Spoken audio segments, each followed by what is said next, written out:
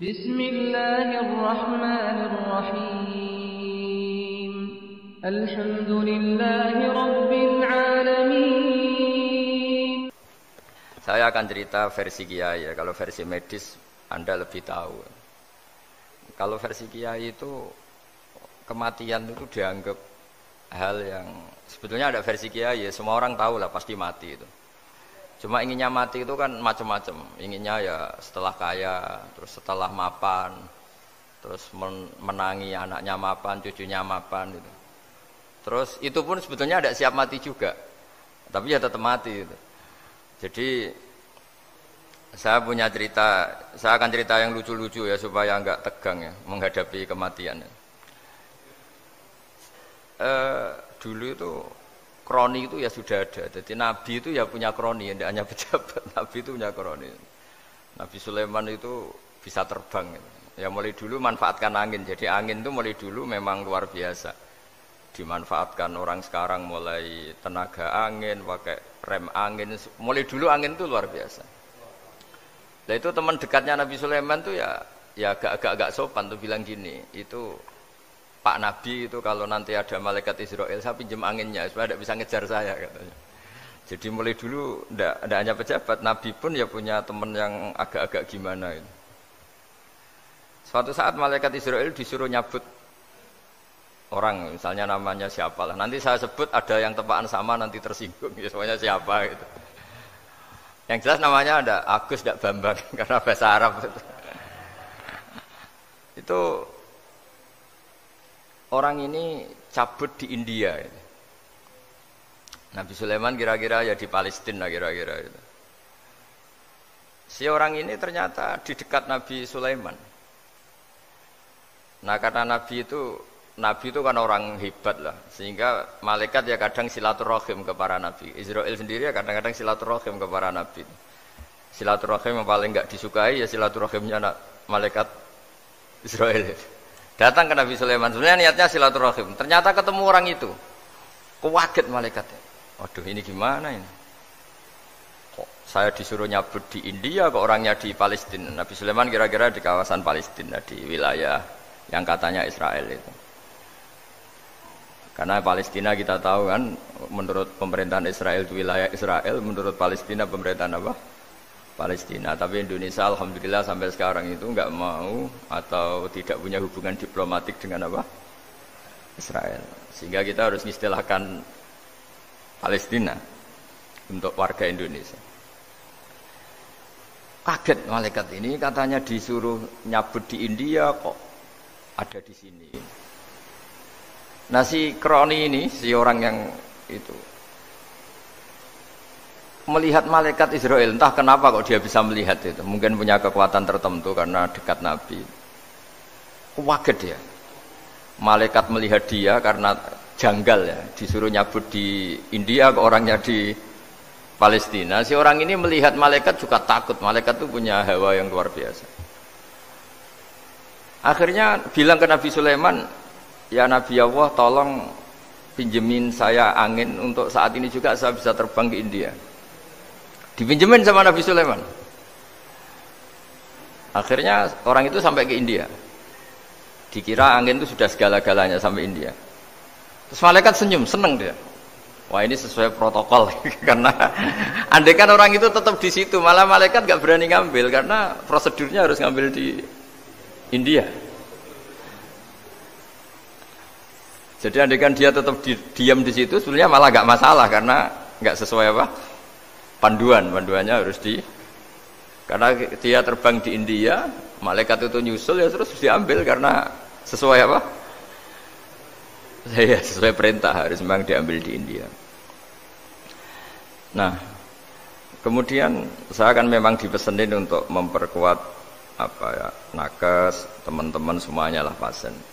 Tapi saya cerita dimulai dari yang seperti ini saya sengaja karena memang ya hidup itu seperti inilah, pasti kita semua akan mengalami kematian, cuma inginnya kita ya hidup itu ya sehat ya, terus kalau mati itu ya tidak punya utang karena berat nanti utang itu. Saya tidak tahu fikihnya itu, kalau utang pribadi itu hisabnya berat, kalau utangnya lembaga itu gimana itu Dihitung salahnya direkturnya, apa dihitung salah karyawan yang minta naik apa? Gaji. Saya tidak tahu kayak utangnya Indonesia itu yang disalahkan itu menterinya apa presidennya, apa yang selalu mengajukan gaji 13. Tidak tahu itu, karena di kitab tidak dibicarakan. Yang dibicarakan utang-utang apa? Pribadi ya. Kalau yang utang-utang lembaga negara itu nanti tak tanyakan malaikat auditornya ini gimana cara apa? Itu yang disalahkan menterinya, apa presidennya, apa direkturnya, apa pengajuan proposal itu. Nah singkat cerita itu kalau ngadepin kematian atau sebenarnya yang ngadepi kehidupan juga kita ini. Inna sholati wa nusuki wa mahyaya wa mamati lillahi rabbil alamin. Saya bicara ilmunya kiai. Misalnya si A itu sebenarnya sudah ditulis dia mati karena kecelakaan.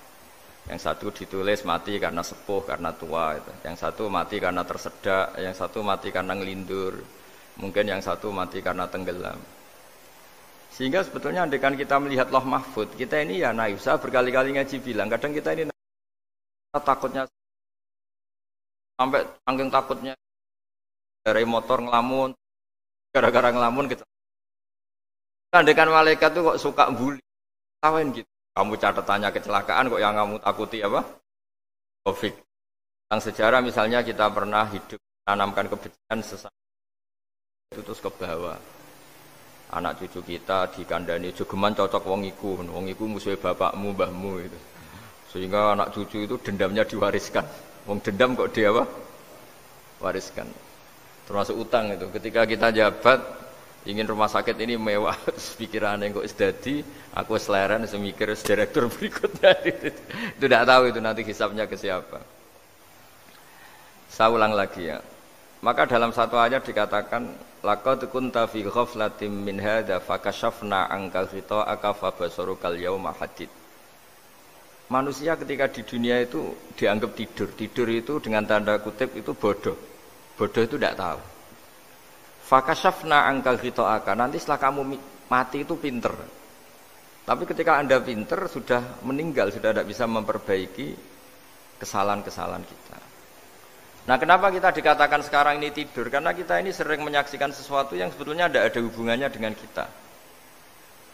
Tidak ada hubungannya dengan kebutuhan kita. Misalnya kita ngelamun, berkhayal, ingin hidup kaya raya, sejahtera, jabat, orang lain anak buah semua. Ternyata itu nggak penting ketika kita di akhirat. Yang penting adalah Anda meninggal dalam keadaan menghamba kepada Allah Subhanahu wa Ta'ala. Saya berkali-kali ngaji, kalau saya berkali-kali bilang, andaikan hati kita nanti direkam Allah, nanti di akhirat sudah direkam, orientasi kita direkam nanti. Pak Agus misalnya ingin punya mobil, punya rumah mewah, punya apa, terus orientasinya gitu. Di depan Tuhan yang menyuruh kita, mensyariatkan kita, inginnya itu ya jadi hamba Allah terbaik, jadi kekasihnya Allah, jadi hamba yang bersujud, dari hamba yang bersedekah. Jadi ini kan tidak sambung, ada cita-cita versi Allah yang dianjurkan Allah, yaitu bercita-cita jadi hamba yang soleh, yang bermanfaat, yang memanfaati orang banyak. Kemudian ini ada cita-cita yang hadzun nafsi, ingin mapan, semua orang anak buah. Hal-hal seperti ini itu harus kita jaga, jangan sampai terjadi. Makanya di semua kitab, pertama mendahulukan bab niat. Niat itu ya faman kana hijratu ilallah wa rasuli fa hijratuhu ilallah wa rasuli. Orang baik itu orang yang orientasinya itu menuju Allah Subhanahu wa Ta'ala. Lalu yang kurang baik adalah orang yang orientasinya itu ya harta, perempuan, pokoknya inginnya itu hal-hal yang kepentingan dirinya sendiri. Nah lalu kenapa kita kadang tidak tahu? Ya tidak tahu itu karena tadi kita kalau tidak wiridan itu tidak punya efek samping. Tapi kalau kamu nggak punya uang kan terus lemes.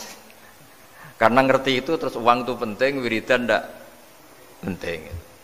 Nah dari kesimpulan itu sebenarnya kita menjadi bodoh. Karena menjadi bodoh ketika Anda meninggal ternyata uang ini gak penting, wiridan ini penting. Tapi tahu kita terlambat setelah kita meninggal.